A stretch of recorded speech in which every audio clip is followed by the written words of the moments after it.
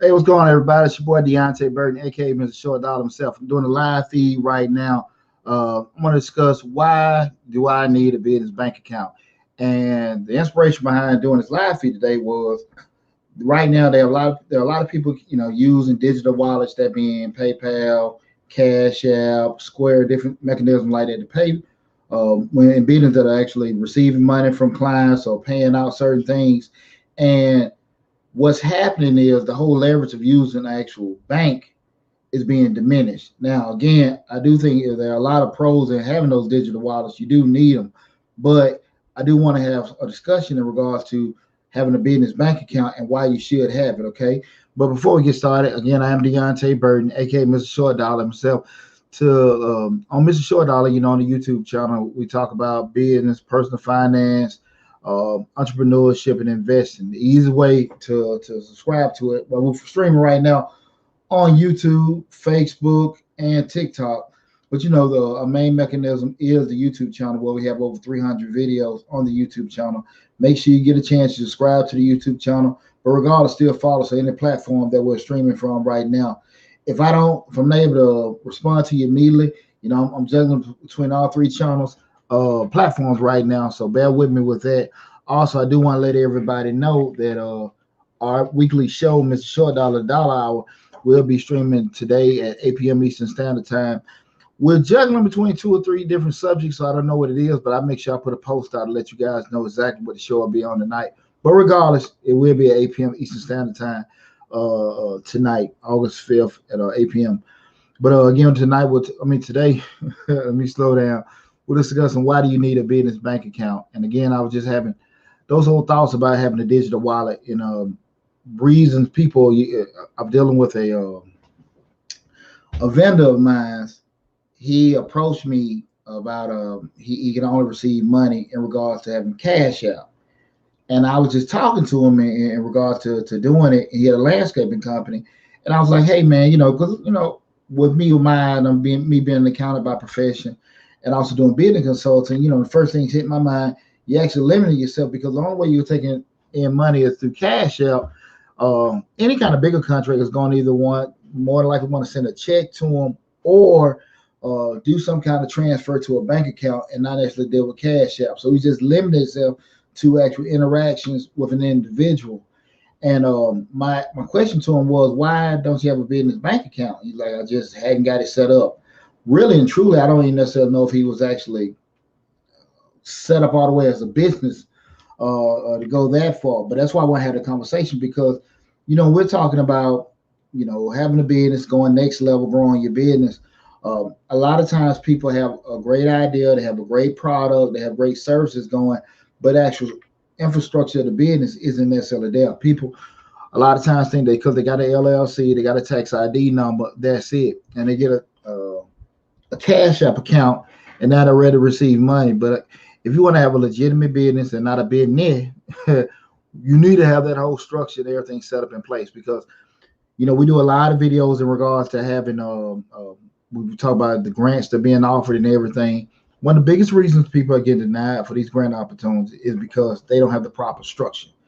Number one, they ain't even set up. We have these grants set up for Black businesses, for certain industries and different things.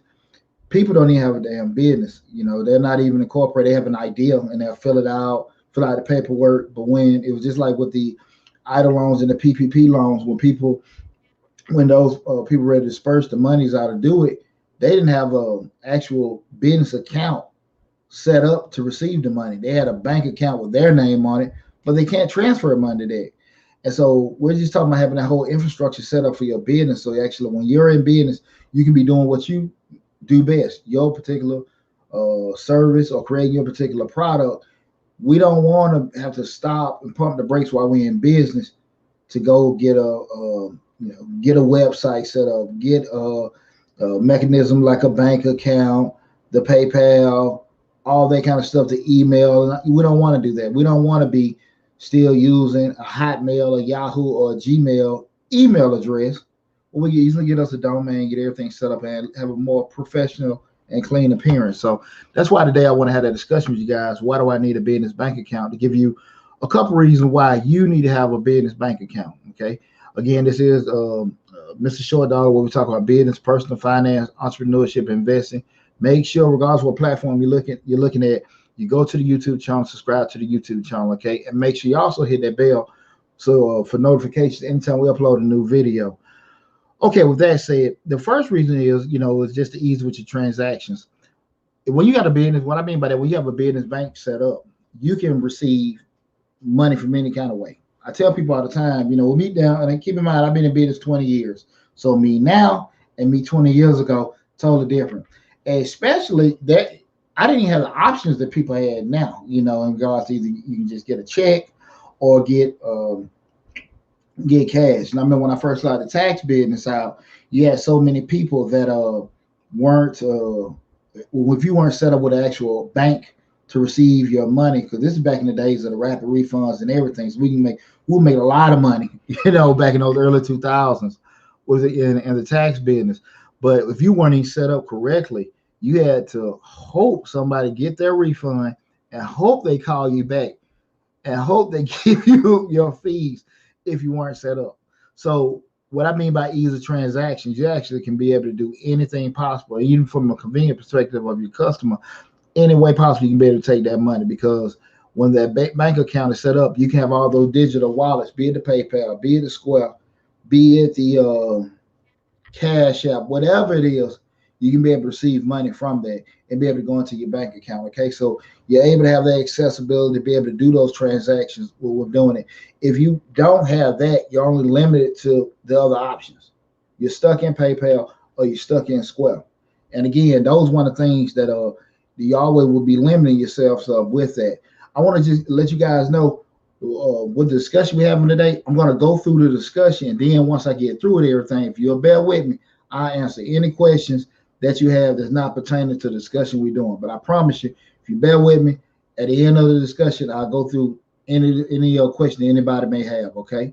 So I'm not ignoring you, because I see that my man Don Jones, I get you with in regards to the trucking. We are accepting taking on new clients, but I can circle back with you as soon as I get through with everything with the checking account. I promise you that. The second thing is it simplifies your tax returns. It's very easy when we can actually take the actual business bank account, see all the debits and credits that came into your account, and actually just segregate that, make a crisp return for processing your taxes. Me being in the business 20 years, I've had instances where, you got people using their personal account, they're using their business account, their personal credit card, business credit card, and we're going through all kind of stuff trying to decipher through what was a business transaction, what was a personal transaction, whereas, everything on that particular account is strictly business, and we can take that data from that and actually process the return. But if it's mixed and mingled and co-mingled out, we got all kind of problems and stuff.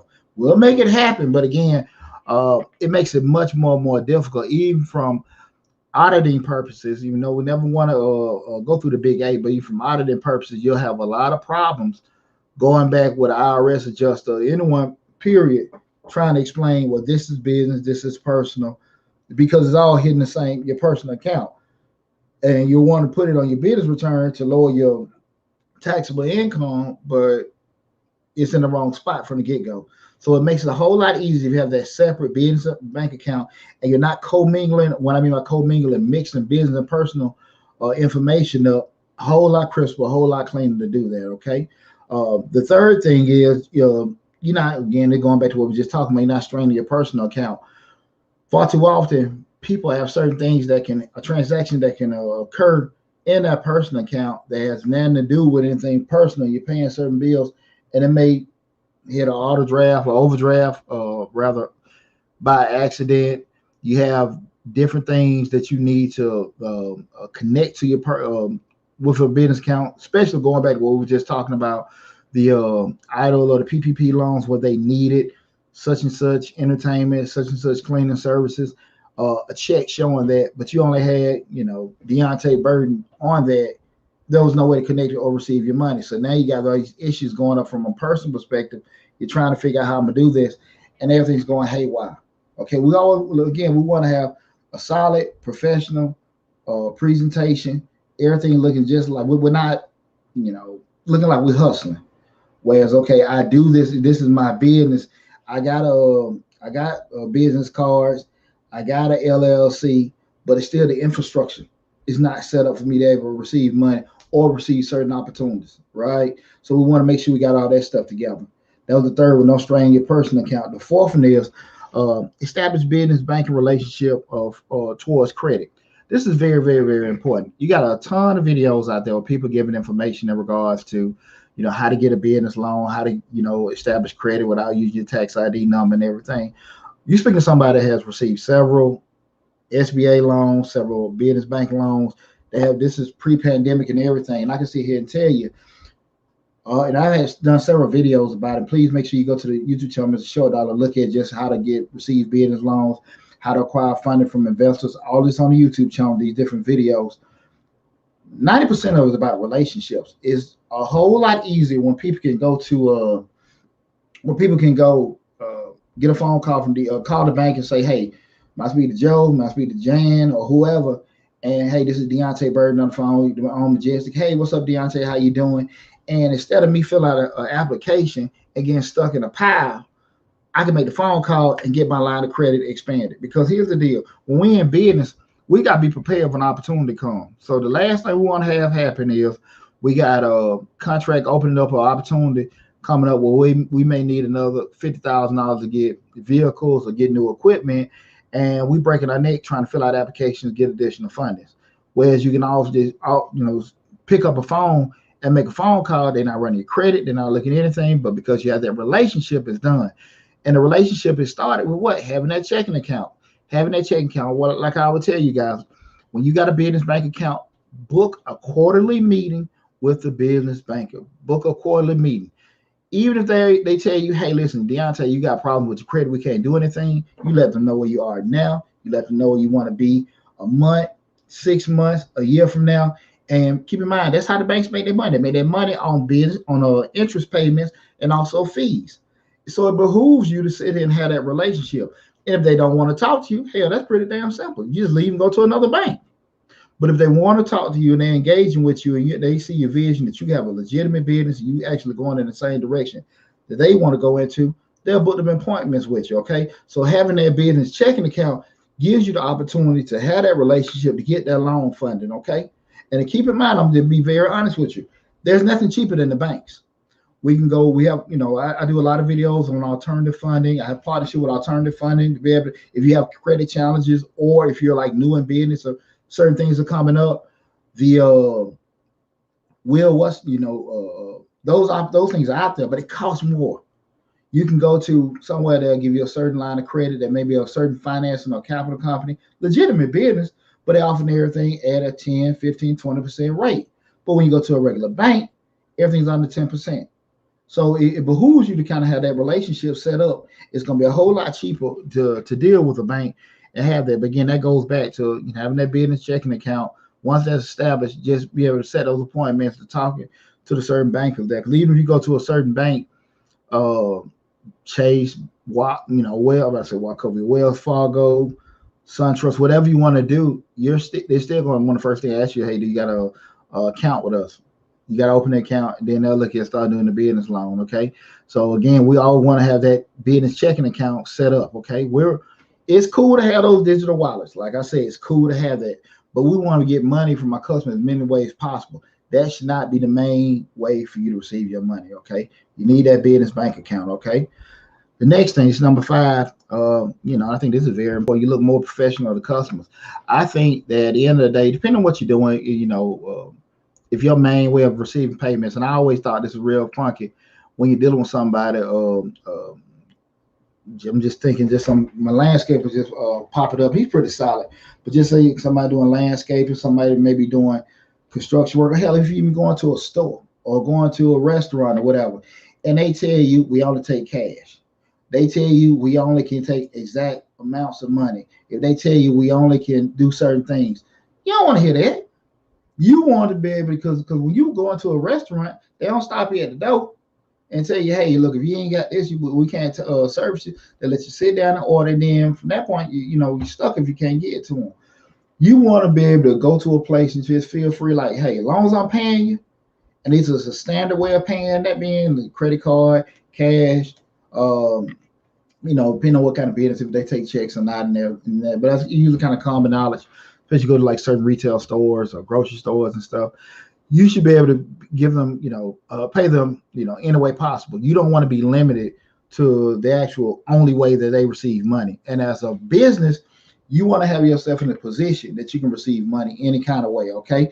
And one thing about it too, this is just a common practice, and don't put the charge that the processing company gives to you added to your customer fee. That's some real boogered up stuff. Okay, that's just regular cost of doing business. I'm just letting you guys know.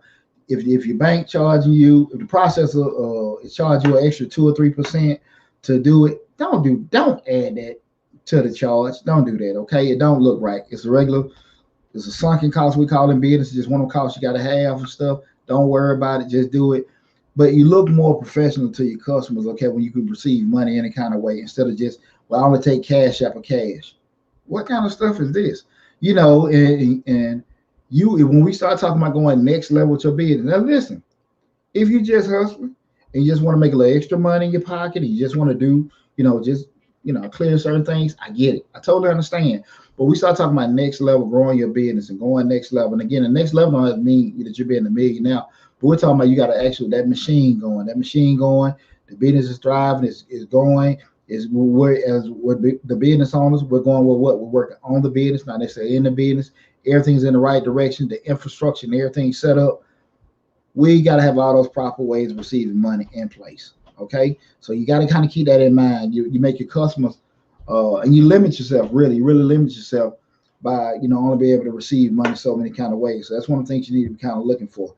The last one is, and this is very important, banks offer advisory programs, to help you grow. What I mean by that is, kind of like what I was saying before, reaching out to the banks, have those conversations. They have a lot of, programs set up where they can teach you how to grow from A to B, how to, market certain things, how to advertise certain things. These are programs a lot of banks give out free of charge, because again, the more money you're making, the more money they're making, because you're going to be able to get loans, maybe charge more fees, you better do other programs. So again, it's a win-win for everybody, but they're able to have those relationships and steer you in the right direction much better if you just out there by yourself, because again, you're not going to get that with PayPal, you're not going to get that with Cash Out. So you got to kind of be thinking, big picture wise. Well, we always talk about business is all about what? Relationships. People, the right people to call. They can make certain things happen, and you need to kind of be able to leverage those people. Because again, we always discuss about networking. Networking is not people Networking is the asset. A networking is the asset is knowing, not necessarily knowing people, because everybody knows somebody. But how many people do you know that can make a decision for you? You got an uncle or aunt been working at the plant 30, 40 years, you feel like, okay, I can get them a call, and they see Mr. Charlie, who's the owner and everything, and he's able, he's the owner, and they speak to him every day going the elevator, but they don't know him to the capacity where he can make a decision to give you a job. Okay, so people that actually can talk to decision makers, different makers, that's a true network, not just people that you got friending them, and they've been working at a certain place. It doesn't benefit you at all. Somebody working somewhere, somebody that's worked somewhere 20, 30 damn years, and they can't make it a damn decision, or they can't put you in access to anybody making a decision. That's not a network. Those are people But we have access where we can actually leverage these relationships out, and they can call their partner that can make this decision for you, or at least put you in front of somebody that can make a decision. That's what you need. That's what we got to sit here and have these kind of things. So when we're dealing with these banks and having that bank account, that puts you in that position where actually you can get certain products, certain opportunities. Because again, you still may have contracting opportunities where they'll talk to the bankers. Who do you have here that can kind of help us do this kind of thing? Well, I got this customer here. He can that has a bank account for you. They have a construction company. I'll make sure I put you in contact with them. And that's how it always goes. That's how it always. But when you're not putting yourself in a position where your structure isn't right, you can't receive them opportunities because they can't do nothing for you because everything is not in place, right? It's just like when we start talking about infrastructure, you got a house set up, and you want to run, have cable and all this stuff in your house, but you don't have the proper electrical system put up. They didn't do the plumbing the correct way. They cut corners and everything, and so now you got to get one thing fixed before you're able to do another thing.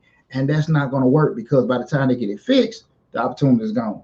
And we don't want that to happen to anybody. So that's why I want to have that quick discussion with you guys in regards to why you need a business bank account.